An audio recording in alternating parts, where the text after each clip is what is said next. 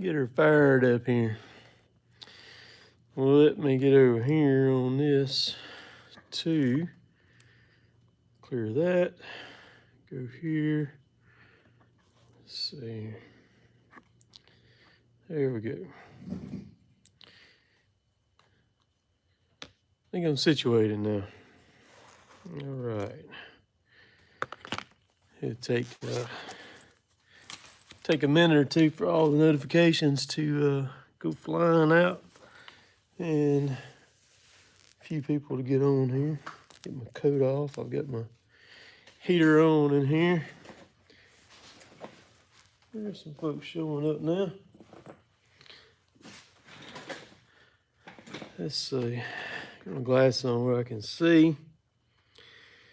How is everybody doing this evening here?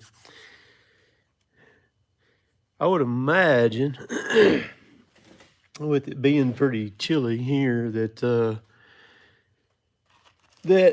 in the northern part of the United States and Canada and other areas, it's really cold, cold there, because we last couple of days here have been very, very chilly here. So yeah, I see a lot of people there on there now.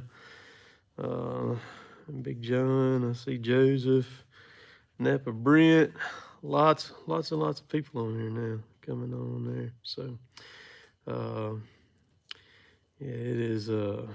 There's Aubrey Ford. Yeah, I tell you what.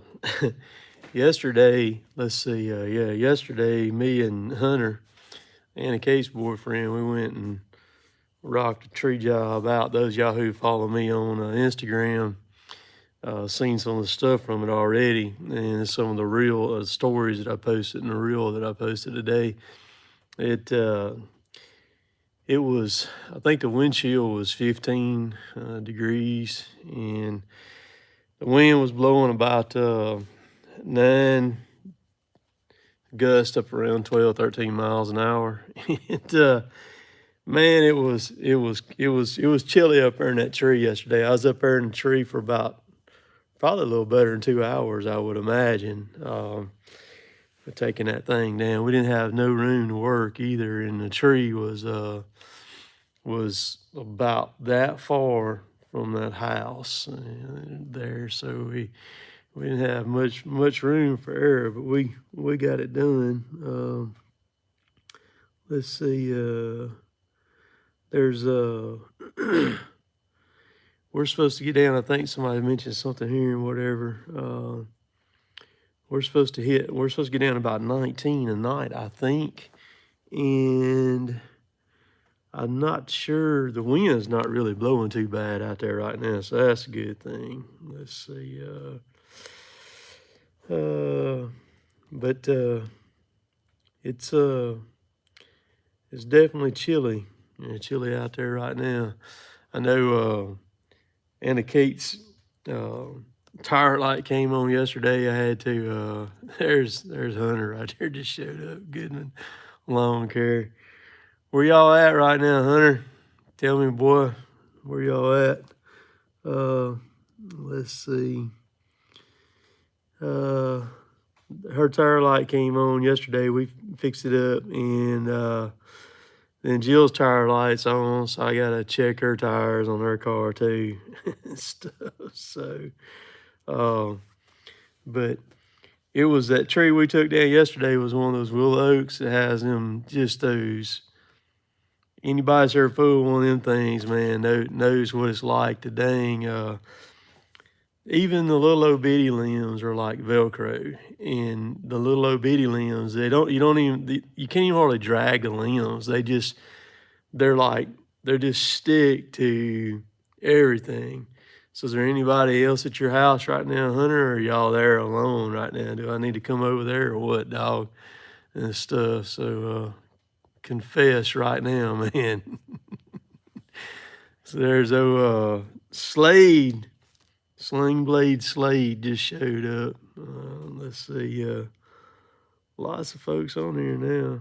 But anyhow, those those limbs were bad in the way that those trees work. Yeah, Brian just said that those trees are painted, but they are, man. They fight you. I was bleeding. I had Leon jab me over here in the face, and I had blood over there.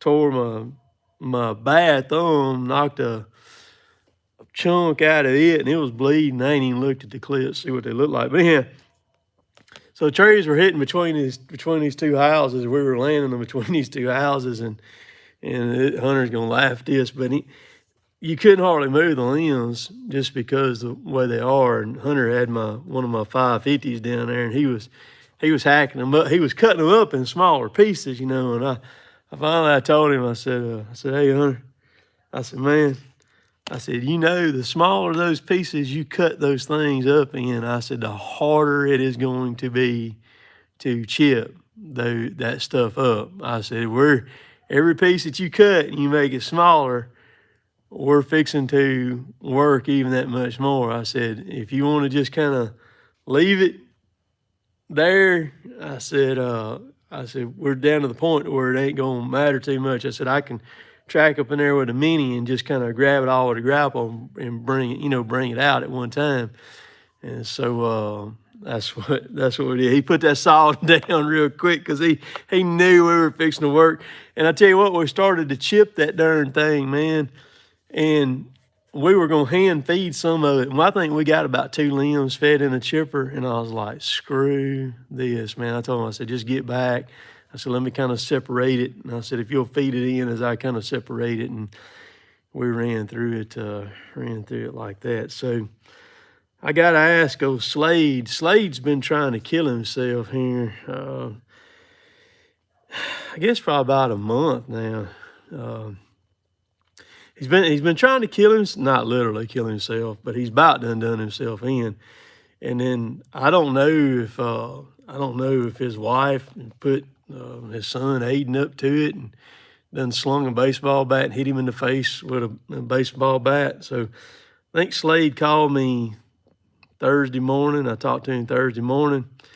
I'm kind of scared to ask, how are you doing, Slade? Do you have any more trips to the emergency room, doctor's visits, anything like that? Man, you want to kind of update live right here while we're on? I mean, you've cut any body parts off or anything? I mean, what's the latest story, man? I'm scared to ask, but I'm going to. So there we go. You know, Hunter said that chipper's bad to the bone. So another little funny story about that chipper.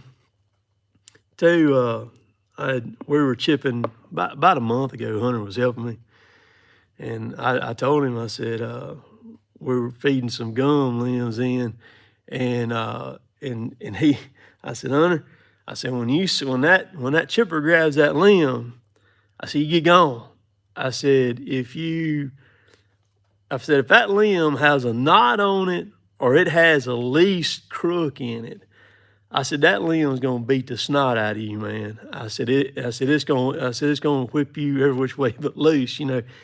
And you know, he admitted, he said sometimes he's a little bit slow learning there and everything. And man, it wasn't like 3 limbs later we sent one, and I done turned to move because I knew what was fixing to happen. And I told Jill last night, y'all know a dog. Y'all can get a dog right here in his breastplate and start rubbing him, you know, in his old leg, start kicking real fast. Well, that limb ate old Hunter up, man. That limb, it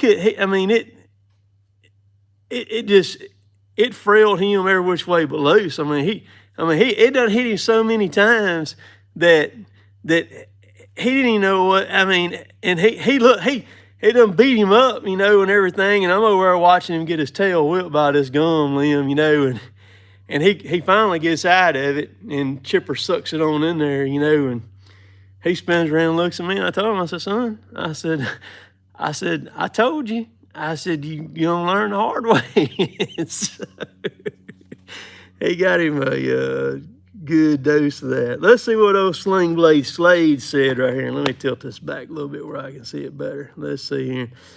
He says, I'm doing just great. Face is healed up, no more COVID, still missing a tooth, but no worse for wear. Slade, where? W, you didn't spell that right, I don't think, Slade. I don't think. Sure do appreciate all the prayers. So what happened to the bad thumb? I just knocked some of the hide off of it right there. You'd have thought I cut it off as bad as it bled, though. Man, I had blood on my saw, blood dripping on limbs, on my rope runner. It was all over the place. Let's see. Let's see.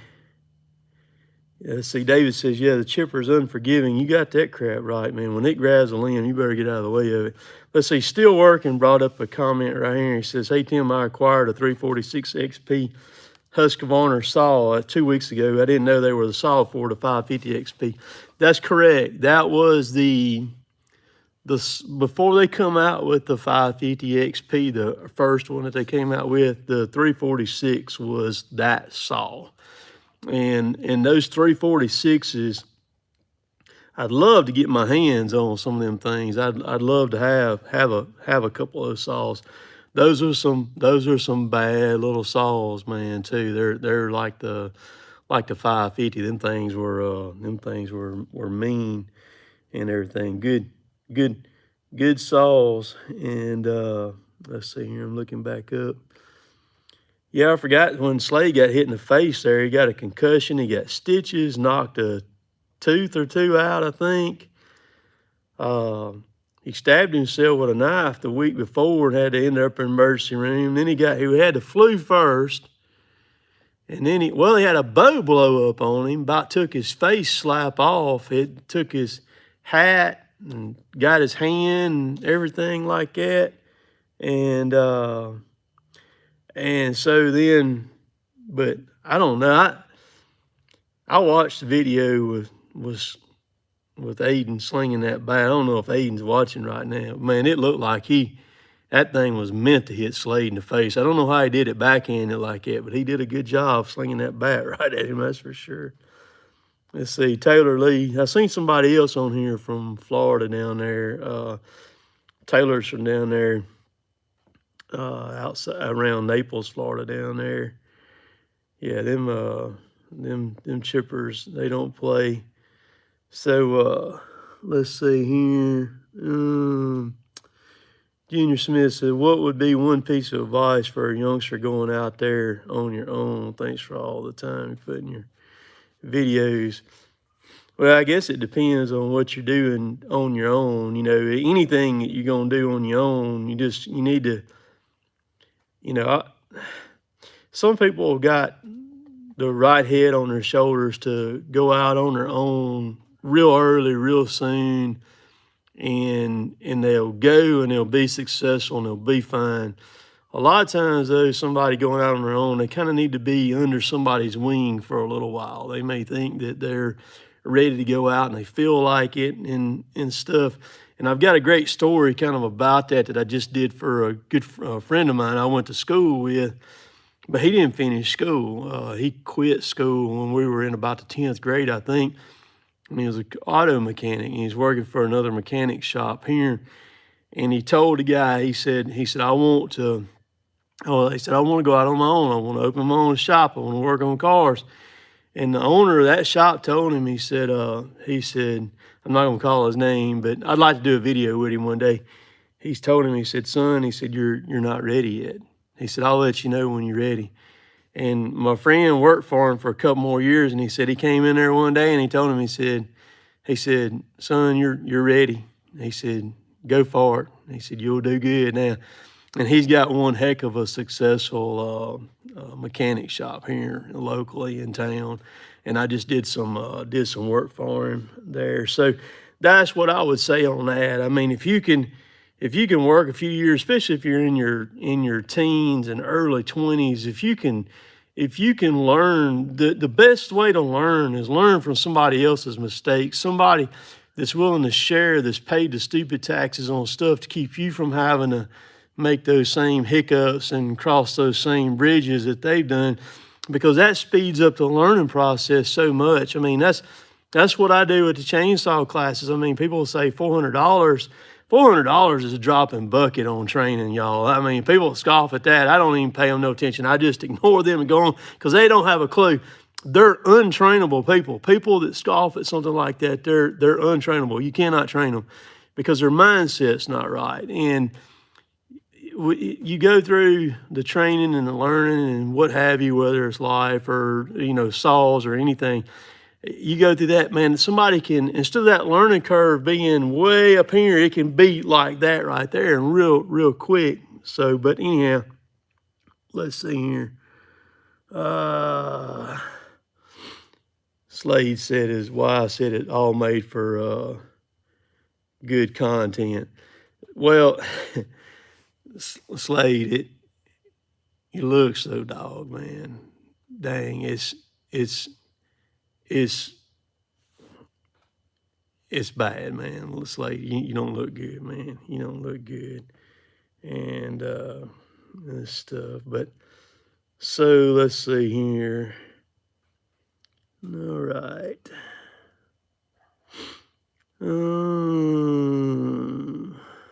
Let's see. I'm looking through a bunch of different comments right here. So I'm gonna mention one right here. So John, Big John right there. Y'all seen him in several of my videos and stuff. He said his mom's watching with him right there. So Big John lost his dad this week and everything. His dad passed away over there, and they live in Jackson, South Carolina, and John was over in Georgia working on a job kind of just south of Atlanta there and everything, working for the company that he works for now. And his dad, they were going to do some surgery on him and everything, and he ended up passing away before they even got a chance to do the surgery. So they're all dealing with all that right now. I think his dad was 74 now, I believe is how. Oh, and his dad would come on here when I do a live feed. His name was Jerry. Jerry Hicks was his name that he was in. So those of y'all who, y'all remember them or whatever and stuff, and all that. So it's one of those deals, man. You clipping along and you never know when the rug of life's going to get snatched out from underneath you for whatever reason, either, some kind of disaster, fire, flood, storm, something like that, or getting hurt or injured, or dang, a death or cancer or something. And I got another friend too. I had never met this guy, but he's over there in just kind of outside of Atlanta, kind of northeast of Atlanta, and he's a law officer over there. His name's Griggs Wall, and he and I are same age, and dang, he lost his wife. I think it was Thursday morning. I don't know the details or anything. He had just sent me an email. He's like I said, he's a law officer, and I think he's a policeman over there is what he is. Over around where the lake is at Lake Lanier, Gainesville, Georgia. That's where he's at, is over there in that area. But rides road bikes a lot. He's actually got a lawn care business that he's trying to get really rolling. He started a couple of years ago. I think that's probably what he's going to do when he retires from the law enforcement. But anyhow, like I said, I'm friends with him, and I seen him make a post there. He's talking about it. He said, he said, in 24 hours, my whole world's been turned upside down, and everything, so just crazy stuff. Let's see. I'm looking through here. Let's see.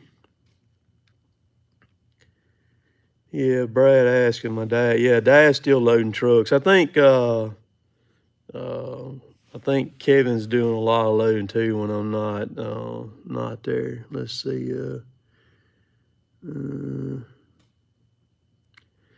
Let's see. Travis Lee says tree climbing gear. Is it okay to cheap out on it to learn the fundamentals of climbing itself without cutting? Just don't want to blow a ton of money nowhere.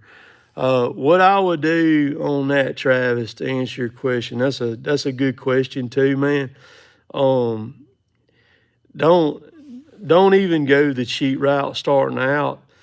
The best thing to do on the climbing is if you got somebody there that you can befriend that's local that will kind of help you learn a little bit. And usually most climbers that climb that make money taking trees down from a route, they're going to have multiple sets of gear. They're going to have some old gear. It's going to be good gear. And if you could hook up with them to learn a few things, and then you can start buying stuff then and make up your mind, because you can spend a lot, even on the cheap stuff, you can waste a lot of money on stuff that's not going to suit you, that you may not like, because you've got, like saddles, for instance. You've got, I wear a Petzl Sequoia, and then you got the Tree Motion Evo, and then you've got the Monkey Beaver saddle. Those are your three top, what I would call top branded. I mean, you got Weavers in there too, but those three that I named right there are the top of the food chain in saddles. And they're all very expensive. They're all going to run you about $600 or something, and what have you. So, but they all three have a different feel to them. And I'm getting about ready to do something different with a saddle. I've had my Sequoia for a long time. I've got a Weaver, and then I've got 3 Petzl saddles, and then I'm probably going to do something completely different on the next one that I buy, because I've got to have comfort. I mean, it's just just comfort and everything. Let's see here. Tim's from up there at New Albany. Tim Hill says, "Show my thumb." So y'all ain't gonna believe this, but my thumb that I cut off in the first week of September. So 4 months going on 5 months. This is what it looks like now. The emergency room doctor, that's about the length. It was gone off from the cuticle out, was gone. The bone was sticking out, and the emergency room doctor did a fantastic job putting it back on. And so that's what it's at right now. I'm at about, I would say about 85% on it now as far as use goes. I still like about 15% getting it all the way back. I have feeling in it. That's pretty good. This part here from where I'm pointing right here up, and the nail's kind of funny on the end because it's got to be trimmed on back a little bit more. But from here up, it's some of that real thick kind of callus type of skin, and that should have that should finish getting back to normal skin. I hope it does anyhow. But their thing was, before that piece came off on the end, was hoping it had covered the bone completely, and it did. It covered it all the way up. But I hit that son of a gun and all yesterday pretty bad, man, and I about crapped on myself and everything. Let's see. Yeah. Aubrey said he's talking about the climbing stuff. It's crazy high dollar stuff, and he's right. It is. You can spend some mega money on that stuff, and you can't send the stuff. You can't return it or whatever and send it back, but you can if you can hook up with somebody that's the best thing to do. Hook up with somebody where they can work. Let's see.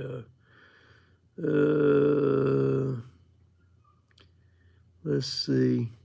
Red Dye says, bro, I guarantee you when you're out in the cold, that thing gets cold on nerve endings, man, it put you to your knees. Mine's actually not too bad. I mean, I was out there yesterday, wind chill was 15 here, and I was up in that tree. Well, me and Hunter, we were on that tree straight for 5 hours. I was up in the tree for about 2 hours working on it. And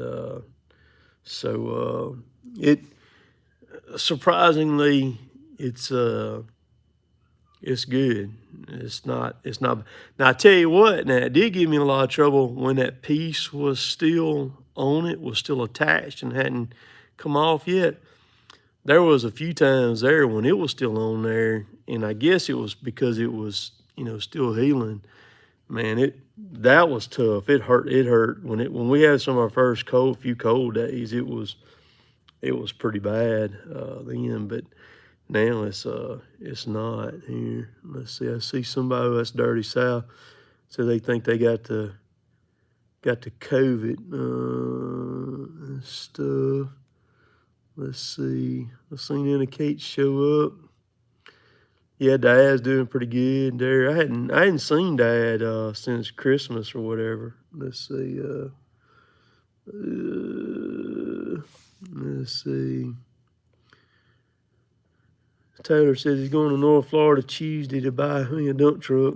It's real nice. Got a 3116 cat in it. Yeah, that would be pretty good. Let's see, Bradley. I get this question a lot. I had it in yesterday's video too.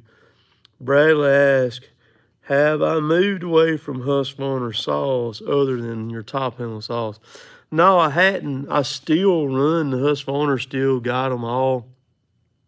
It's just that when pretty much when I fire up the camera, I am running the steels predominantly. I've got a bunch of stuff filmed with the Husqvarnas, but pretty much when I'm running the last bunch of videos I filmed are with the steels, and I like the steels in a tree, like when I'm doing the bigger stuff or doing certain things. And the reason I like them is because the weight difference between them and the Husqvarna. There's a noticeable difference to them, and for me, the more work that I can do in a day without being slap freaking out, the more money that I can make. Like the other day, I think it was Wednesday, I did 3 tree jobs by myself on Wednesday, and rolled through them like that. So no, to answer your question, I have not moved away from the Husqvarnas. Still working. Says there's something different about the piston in the 400. It's a magnesium piston. It's magnesium, and it's also ceramic coated, both. And I think you're going to see more saws go that way. Magnesium is lighter, and it's good stuff. And you're probably in the future. I think the COVID stuff really jacked things up pretty bad. While we're talking about chainsaws, Husqvarna's really close now on getting a 592 out. I talked to them just this week, questioning them about it, because it's supposed to be out in the first quarter of 2022. And I think the ship date on them was going to be on over into February. And right now, as of yesterday, the ship date was going to be, they had moved it up some, and it was going to be, James, I'll talk about the fiber optic here in a minute too, or whatever. I got something to add to that that's really cool. But the ship date's within about 10 days right now. So I was going to put it, let's see, right at the end of this month, right at the beginning of February. I do have one reserved, if they come in. And let's see. So that's kind of the deal on the 592, and it's got the auto tune 3.0 version in it, and that saw does not have a choke on it. I have run one already and everything, play with one a little bit. I hadn't done any filming with one or anything, but I do have one reserved. Let's see here. Let's see.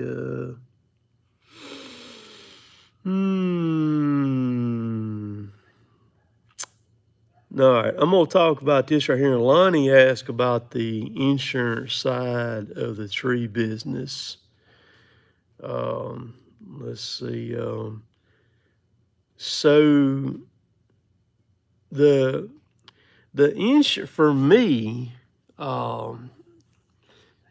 the insurance, I have $1 million worth of coverage to protect me if I hit somebody's house or whatever. You know, I destroy something, you know, smash a power line or whatever.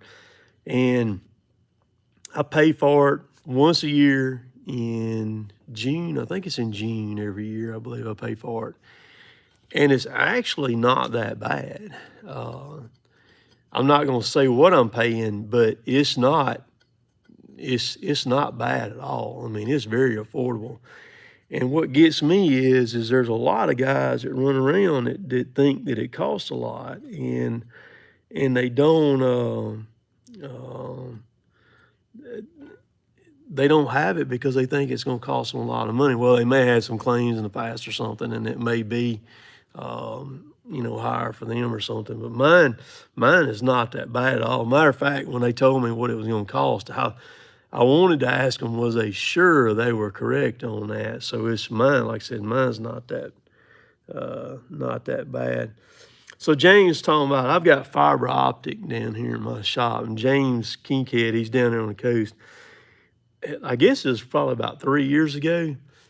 He came through for me on that deal. He gave me a list of everything to get, because I wanted to get internet in my shop. So what I did was I converted my signal in the house to a fiber optic, and I ran a fiber optic and conduit from my house all the way out here in the shop. So, okay, and that's what I'm on right now, is that right there. So whatever my speed is in the house, I don't lose any speed out here. And I'm 300 and something feet, like 380 feet from my house to right here is how far the fiber optic runs. But anyhow, okay, so, and it's through cable network is what it's through. But just recently, we've got AT&T fiber here now. And so I had AT&T out here Thursday. They were going to get it on, but they didn't have it. They realized when they got here to my property, because my house kind of sits by itself, that they were going to have to run it a good bit further.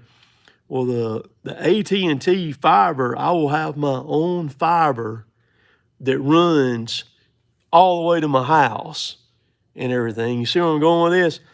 So my fiber that I have on Wi-Fi, once the AT&T gets in there, there's somebody over here near me that's already got it. It's going to be 50 times faster than what I've got right now. And so I am happier than a puppy with two peckers. I mean, I got fast internet right now, but what I'm gonna have is gonna be like bat crap crazy fast. So that's good. Let's see. Don't pay them no attention, Slade, or whatever. Don't worry. I seen that comment come up a while ago. And let's see. Here, let's see. So Hunter says he's got $2 million worth of insurance. Hunter found out about that. He ran over a cable box one day, man, with a lawnmower. What I think it cost, they wanted the first bill on that thing was like $4,500 or something like that, you know? And so he got insurance after that. Let's see. I'm looking. Let's see. Okay, Bill asked where do I get the bark boxes from. The bark boxes are the outside muffler cover that goes on the steel saws. They come from West Coast saws out there in on the West Coast. You can get on their website and order them through them. He's got all kinds of good stuff this built to work. He builds good quality stuff, and it's just it's good stuff that he's got that he sells. The other thing too is he's they're very, very quick on their shipping. Usually, like if I order something from them, I hadn't ordered anything from them in probably a couple of months or so. Well, it's been a little bit longer than that, but if I order something, say on a Sunday night or first thing Monday, I would have it by the end of the week. There's Orada, Adam. He just showed up. It's let's see. Adam's up in he's up in Granville, New York up there. Let me look on this thing right here. Real quick here. Let's see. Here, let's see. Let's do this. If I can get this thing to do. It ain't wanting to do. Well, dang it.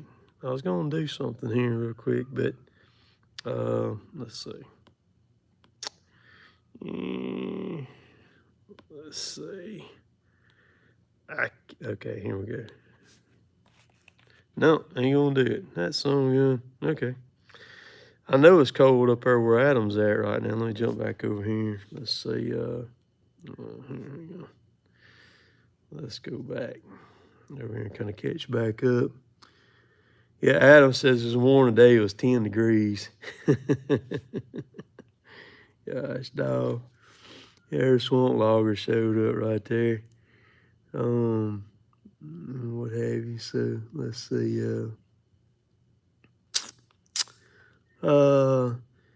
Heath, yeah, I've actually got two of those saws, those 335s. I got two of them. I'll sell both of them or whatever. If you're interested in one of them. One of them neither one of them have many hours on it. One of them, I put a carburetor on one, and it's fine. The other one needs a carburetor on it too. Let's see. Let's see. Big Green Egger wants to know how my Reed's custom knife's doing. It's doing good.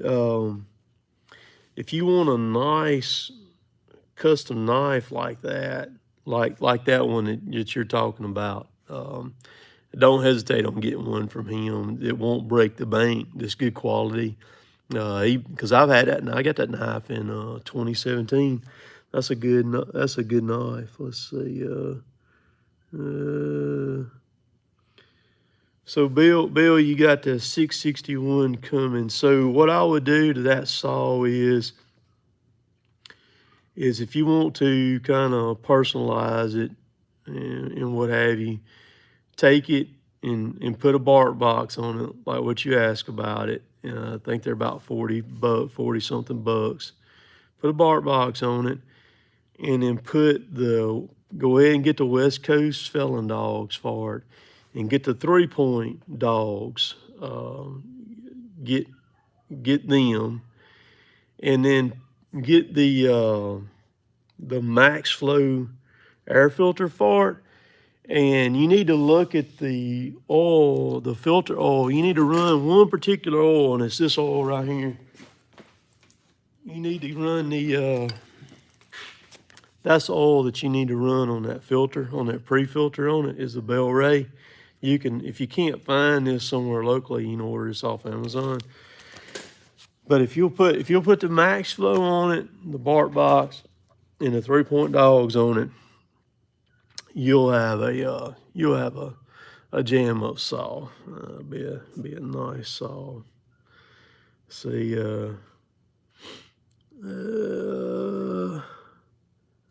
Wayne Russell says it's minus 16 in Maine. Man, keep that stuff up there, man. Let's see. Terry asked, am I thinking about getting a bucket truck? No, I won't have a bucket truck. So that's a great discussion. A bucket truck for me, is not going to work. There's several cons to it. Number one, you got to insure and tag it and all that stuff like that, and then of course drive it too. So I need something that I can haul. You see what I'm saying? Something that I can haul. And right now, around here, there's very few yards that you can back off in with a bucket truck. The ground's just not going to hold them up right now. And then also too, if you trying to get in a backyard, you can't, you dealing with trying to get a whole truck in a backyard or whatever. And there's a lot of places around here you can't, you just can't do it.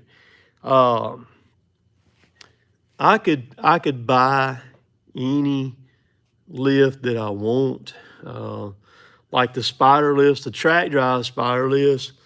Those run 100, in the mid, like say an 80-foot lift or something like that. Which I really don't need an 80-foot. I mean, we have trees here that are over 100 foot tall, or whatever, and so. A bucket truck is still not going to get you up to that distance either, unless you've got a really big one. But so then you go to the spider lifts. Spider lifts, they cost in the mid $100,000 range. There's a lot of cons to the spider lifts. They suck in. Most of them will fit through a 3-foot gate. We do have some 3-foot gate situations here where I'm at that a spider lift would be good for, but there's so few of them that something like that right there, what you do is you tell them that this job's not for me. You need to get somebody else to do it or something like that.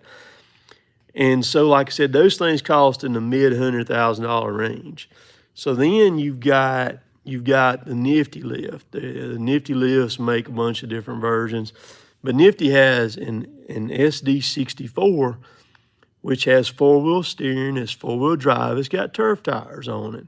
It's got a little Kubota engine on it. It's a bad-to-the-bone lift. It'll go up to 64 foot. So if you're, a 6-foot tall guy, you can work at 70 foot on it. So in my situation, if I was going to buy one of them, and I needed to go higher than that, I just would go all the way up as high as I could, and I'd jump out and get on my rope and take off, whatever. But those run about $100,000 is what those cost. They're very nice lifts. They don't have a lot of electronics on them, a lot of sensors and things like that, like some of the other spider lifts do.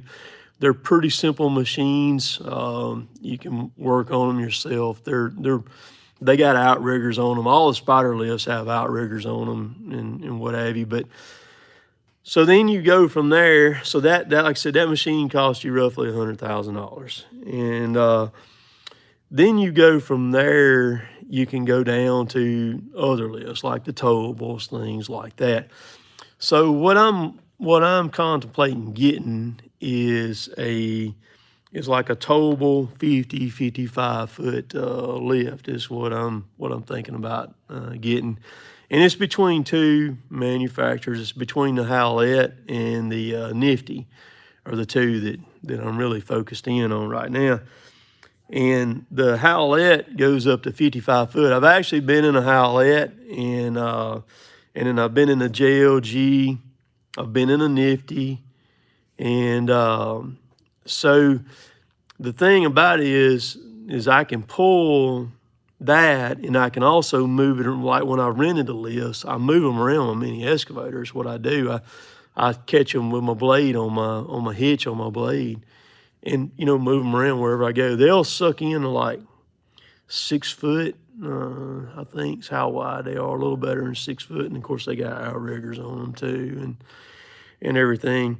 But if I get 50, 55 foot, I'm fine with that. That's and then I can hop out and get on a rope if I need to, or or whatever. But the beauty of those things is this right here: the cost. You can buy them around in the mid $40,000 range. So if you buy a spider lift, you got to add another $100,000 to that 40-something. If you buy the SD64, you've got to add almost $60,000 to that. You see where I'm going with that?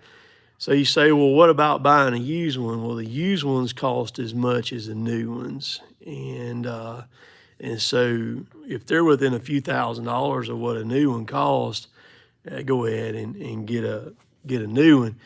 And then, all right, so you can buy a good bucket truck for about 50 to 70 grand. You get down about to 50 grand, you're going to have to start monkeying with it, doing a good bit of work to it, things like that. But there again, there'd be a lot of jobs that I can do right now and work that I wouldn't be able to get a bucket truck in the yard and work. And that's my thing, is I'm trying to make sure that I can get the best bang for my buck and do as much work as I can. And I can buy me a $40-something thousand lift, go write a check for it.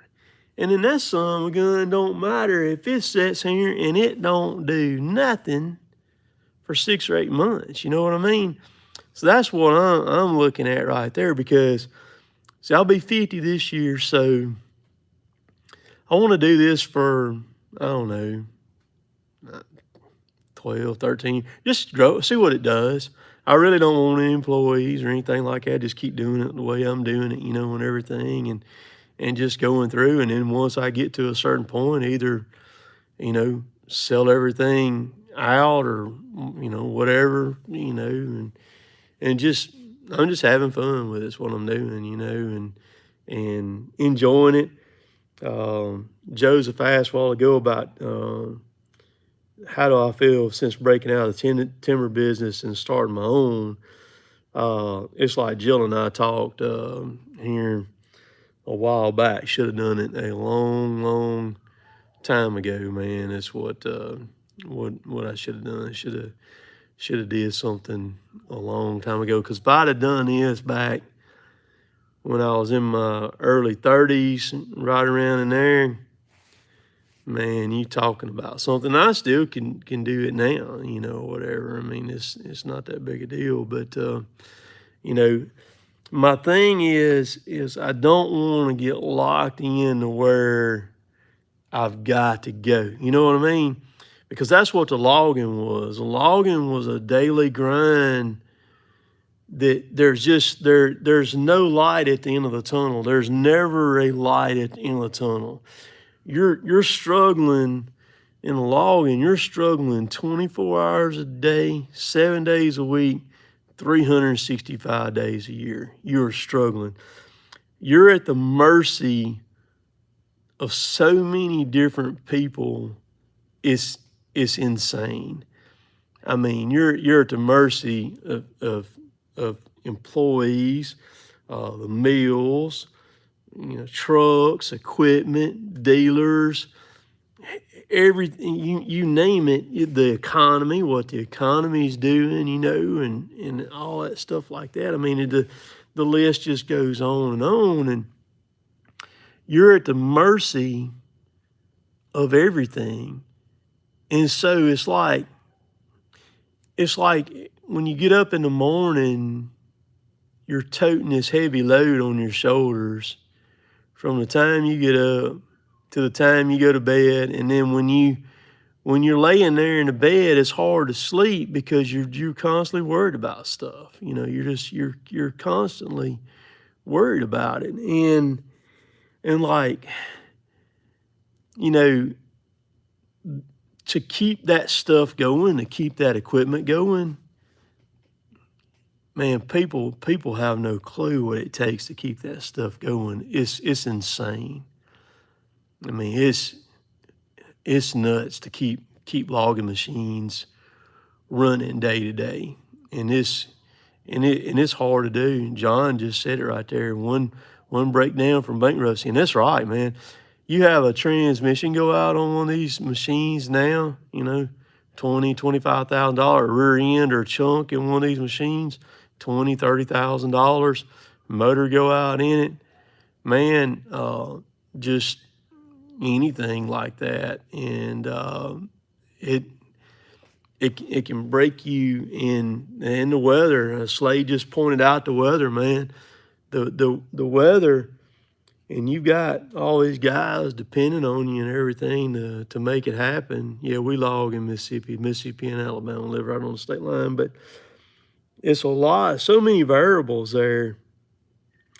And what I've done is I've kind of wiped all that away, you know? And so I get up and I don't have this load on me, you know what I mean? And stuff. So it's been good, man. It's been good. So somebody asked about the fishing, the boat.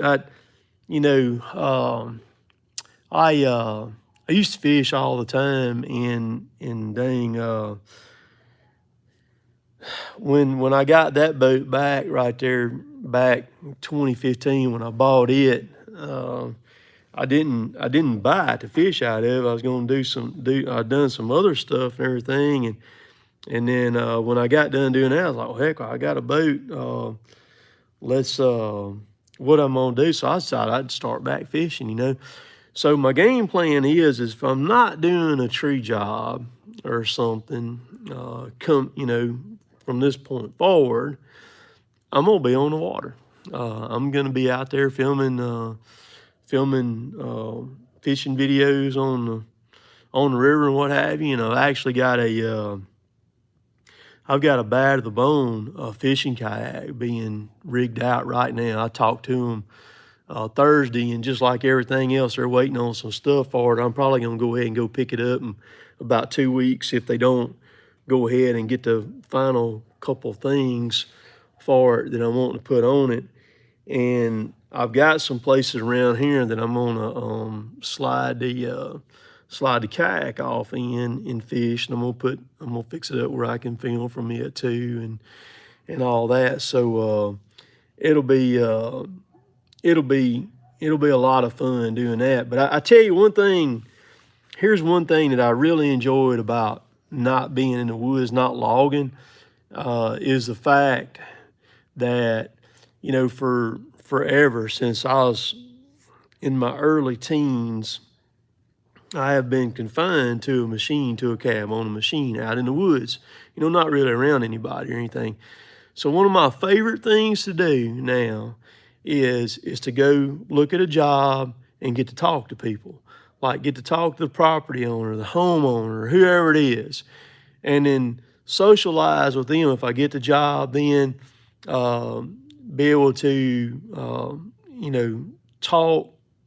talk and communicate with them rather than being inside of that 2 foot wide sardine can there. Yeah, Napa Brent. Yeah, I've got there's several kayak videos on there and stuff where we're doing some geocaching and stuff like that. And that's a lot of fun. So y'all see that dude right there at Creek Fishing Junkie? That the welder that helps me over here that has done a lot of my welding for me now, that helped me build the fuel tank that's in my 5500 and built the panels that are on my dump trailer and everything. That's Daniel, Creek Fishing Junkie right there. And that's what he just bought a new kayak last week, matter of fact. He got a Jackson kayak. It's a pedal drive. And he, so that's who that is. That's Daniel right there. And he's kind of a cool dude. You know, he's scary looking and stuff. So let's see. Let's see. I'm looking up through here. Yeah, somebody. Yeah, Renee or Reen says no. Yeah, you're on the wrong. Somebody else commented on it, said you're on the wrong, and that's right. That's on the west side of the state. We're on the east side of the state. And everything is where we're at. So yeah, that's right. Let's see.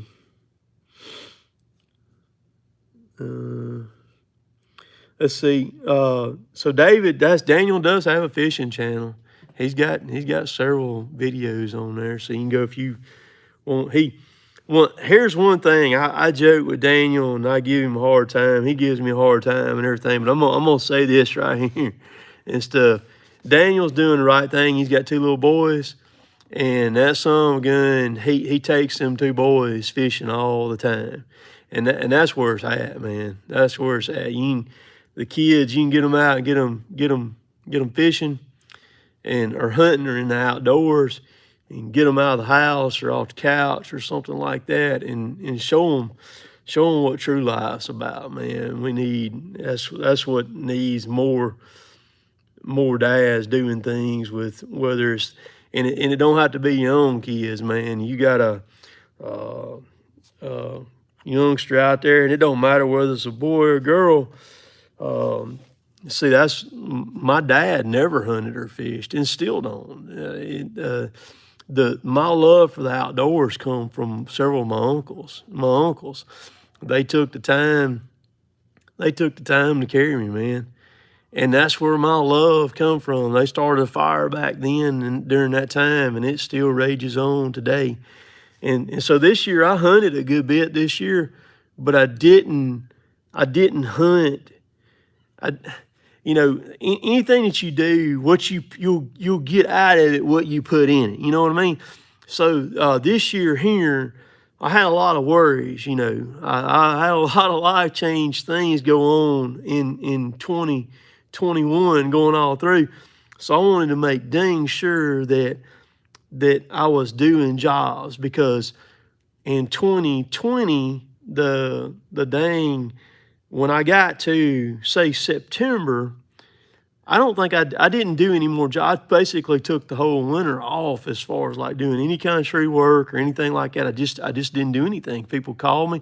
I just put them off, said, I'll be back this coming spring, whatever, and we'll get together then, And when I started going back at it in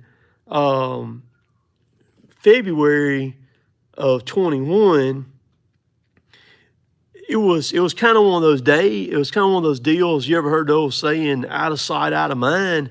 Well, I had to deal with that a little bit. I had to kind of get my foot back in the door, so to speak, on doing tree work again in the area right here, because I had been kind of out of sight, out of mind.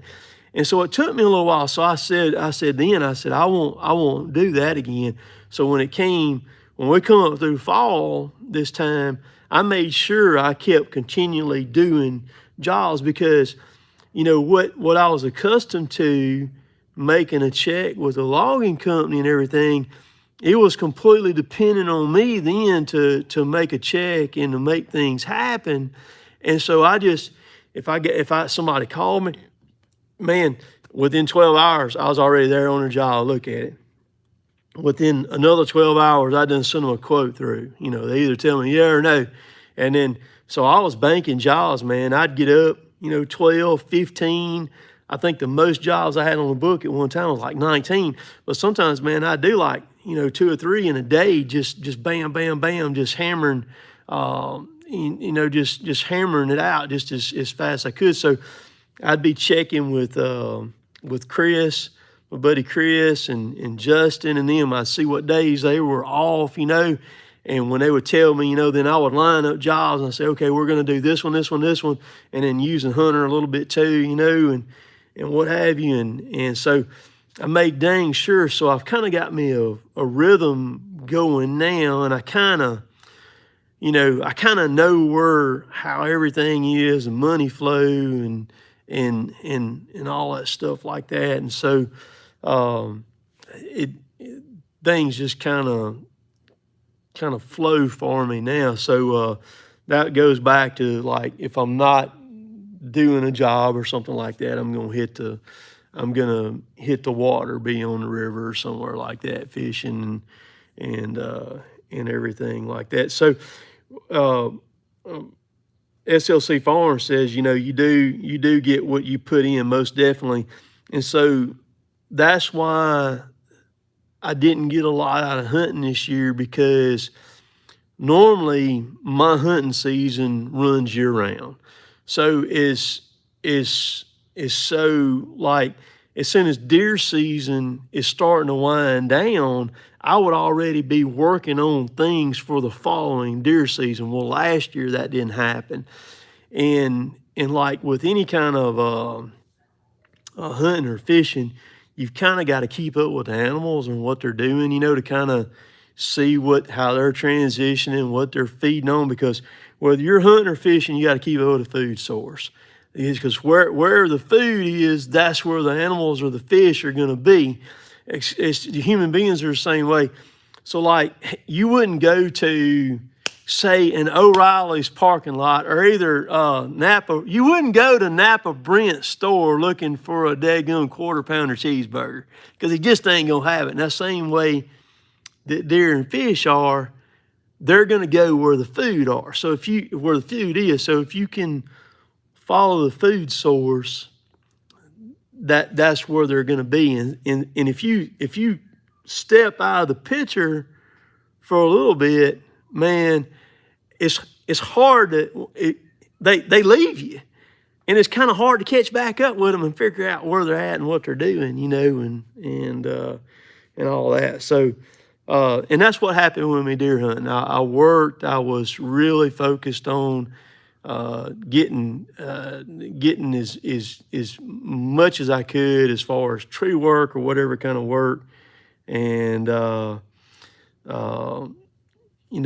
just doing all that I could, just constantly, and to make sure, because my number one priority, is taking care of my family, first, and that should be everybody's priority, is their family, because they're dependent on you, to make an income, keep a roof over their head, food on the table, all that sort of stuff like that. And so I was really focused on that pretty heavy.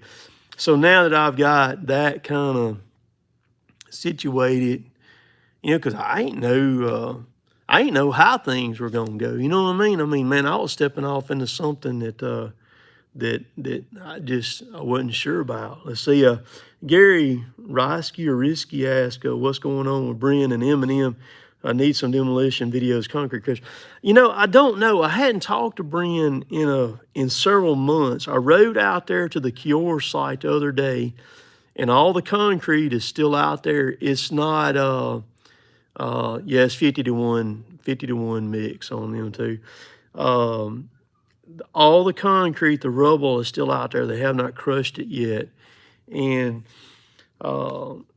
so I don't know. I thought about him the other day, and I need to touch base with him, kind of see where they're working at, what they're doing, and what. He stays down in the Jackson, Mississippi area. That's where he's okay, like rye whiskey. Okay, he stays down there, which is about 2.5 hours from me. So it's not that easy. When he was here in Kior, it's 15 minutes drive. But one thing I would like to do, and I think y'all would, a lot of the people, viewers here, a couple of years ago, we had the Kior thing going down. They were demoing that. And then we had the bridge, the pedestrian bridge in Columbus, the old river bridge there, got hit by the runaway barge and knocked one of the columns over. And then when we had the Oktibbeha County Lake over on the other side of Starville, the dam was about, this 500-acre lake dam was about to bust on it. And then the bridge over there at, I believe it's Gun Crossing over there on Grenada Lake, that it fell in. It fell in into the lake there. And so there's some developments coming up on the Old River Bridge. They're haggling with it right now. And then the dam over there in Octavia County, there's some developments starting to kind of come up on it. They fixing to get the ball rolling on doing something on it. And then the bridge over there in Grenada Lake, they're actually working over there on it too. So I think it would be cool to do like an update series of videos, go and visit each one of those spots and talk about what the developments are on them. I think that would be pretty cool. There's Darwin down there and stuff. Let's see. So any of ZJ over, any of the premix stuff is good, whether it's the True Fuel, the VP, any of that stuff, man. It's good stuff. Let's see. Let's see. But anyhow, I didn't intend on this thing going a dang hour, man. But this is actually a great live feed right here. There, I see Slade talking about Tell It Baby. That's one thing, man. If you could do anything, if you're an outdoorsman and you enjoy going out, and if you've got a family member that's got a little boy or a little girl, get them out, man. Get them out there. If they're not in a situation where they can't, or their parents are not interested in it or anything, man, you can go to Walmart and you can buy a daggum, a fishing rod and reel cheap, man, and get them outside, man. Get them outside and be a role model for them, man. You know what I mean? And stuff. So there's Hank. Hank must have been in bed or something already. He done come out and all. So, but anyhow, y'all be good. Yeah, Brian says Zebco Classic. Man, it don't cost nothing. I tell you whatever it costs, if it's $20 for a rod and reel, man, to go out, whatever it costs you, you'll get that back 20 or 30 fold, man, And, but y'all, man, y'all take care. If you like my stuff, man, I appreciate everybody watching. Y'all hit the thumbs up before y'all click off before I get out of here. Y'all hit that thumbs up. I really want to grow the channel even more than it is. The growth has been slow, man. The last year, this growth on YouTube has just been terribly slow. There's old Napa Mike. He finally got out of bed too. But tell your friends about it. I've been kind of cutting back on posting as many videos. Just taking back a day or two a week off of that, and trying to do some better stuff on the editing and everything to kind of maybe help that in that direction and what have you. So y'all be good. Y'all have a good night tonight, good evening. Have a good Sunday tomorrow there and stuff. So appreciate all y'all watching and hanging in there and stuff and all. So I was a big Earnhardt fan, man. Loved Dale Earnhardt, buddy. Loved him. And then I followed suit with Junior. He asked me about the 3 and the 8 on my floor there. So let's kill this thing, man. And we'll catch y'all later. Later, taters.